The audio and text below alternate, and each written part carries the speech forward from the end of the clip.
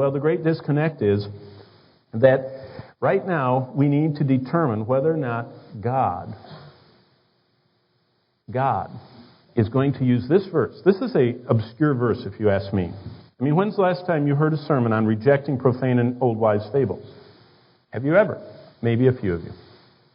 What does that mean? Well, basically, it means this.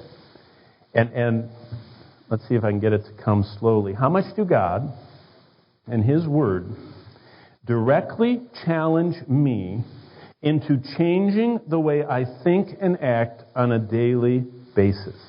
Now, what is that? Look back at the verse. Paul said, Timothy, if you want to be a good minister, verse 6, a good servant, if you want to live this life that is pleasing to God, you must systematically have this choice. It's almost like a diet. People, have you ever noticed they go like this? Too much sodium, too much trans fat for me. No. Has, gluten. They are rejecting stuff. They have learned what it is that makes them sick or fat or whatever, high blood pressure, and they check the contents of things.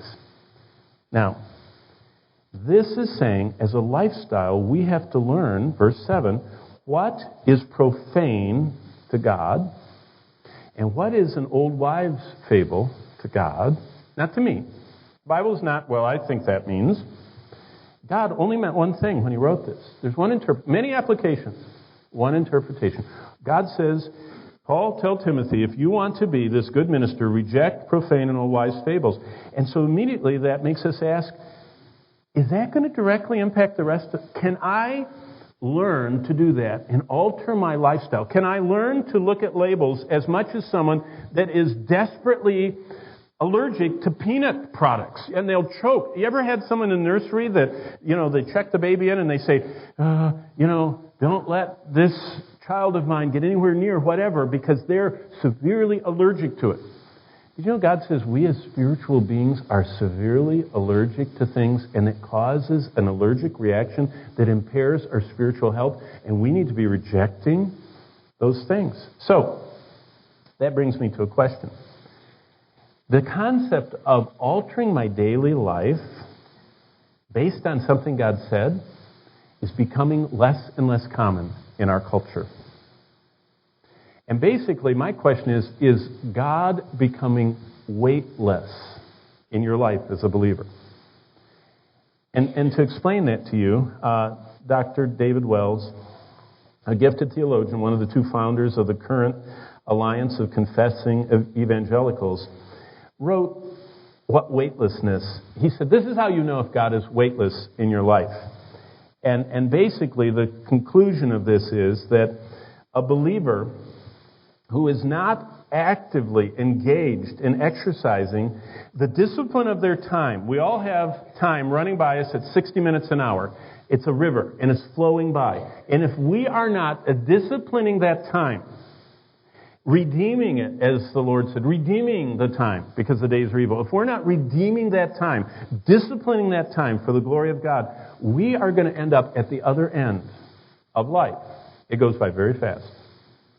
It was only yesterday. I was a little 8-year-old boy lighting these fires that have never been lit this entire weekend, and with Uncle Johnny, because he loved the fires. And he used to motor me around. He would light a fire even in buildings that weren't in use, I think, because he loved lighting fires. But you know what? It just seems like yesterday. That was 50 years ago that I was lighting fires with Uncle Johnny.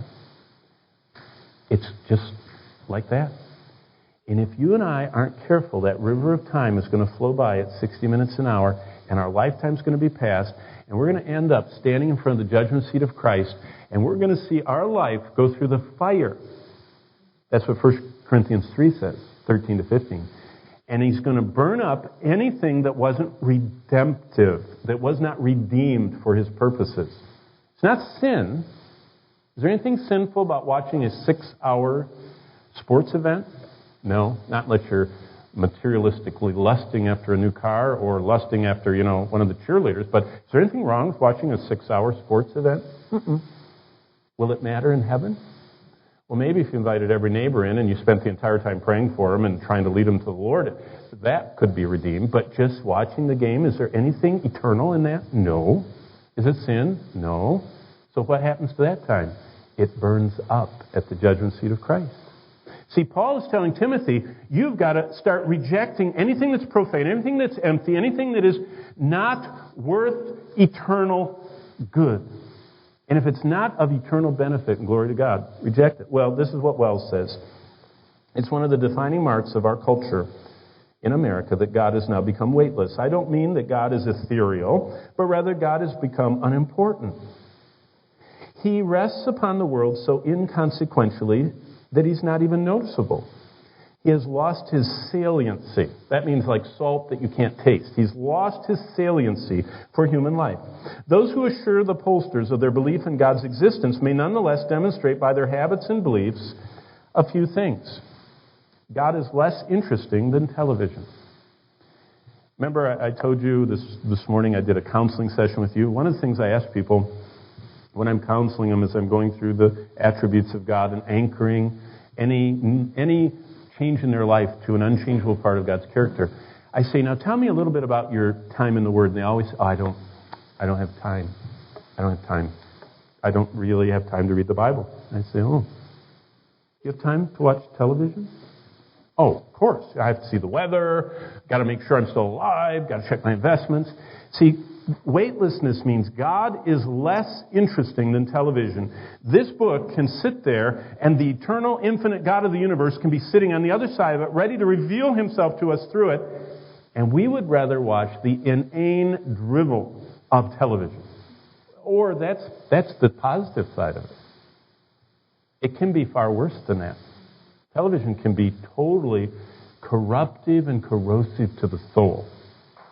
Secondly, God's commands are less authoritative than our appetites for affluence and influence. I mean, God has already commanded us how we please him, and yet we are tempted to think that God's commandment is of lesser weight in our life than our own personal goals or our philosophy of business or education or whatever that we learned in the secular world. That outweighs the eternal, infinite truth of a changeless God. That's a sign that God's become weightless. He doesn't weigh in our lives. His judgments are no more awe-inspiring than the news. God's truth is less compelling than the advertiser's sweet fog. And basically, this is how Wells concludes. He says, weightlessness tells us nothing about God. It tells us everything about ourselves. It tells us about our condition and our psychological disposition to exclude God from reality. Reality is our real world. The church, for many people, is church. But it's a compartment. It's not their real world. It's a compartment. Their real world is school and work and community and athletics and hobbies and finances and personal ambition. And there's church over there. And reality is everything else. And what the discipline of time is, that the reality of God permeates everything. And God starts weighing in. His weight, his glory is felt pressing down on us. As we reach for anything, we feel the weight of God on our hand. And we think, yeah. In fact, that lunch day, I was sitting with someone, they said that, told me something I didn't even know. If you live at poverty level in Michigan, a family of 5 earns like $26,000. In Michigan, if you're in poverty, you earn about $26,000 for a family of 5. And that's more money than 97% of all the world lives on. And that's poverty in America. And you know what? We are comparative livers at living in a comparative way. I keep getting in the liver. I'm not talking about this one. I'm talking about how we live. And what we do is we compare ourselves to others and say, we're poor. Because we only make $26,000. Yes, it is hard to live on $26,000, I know.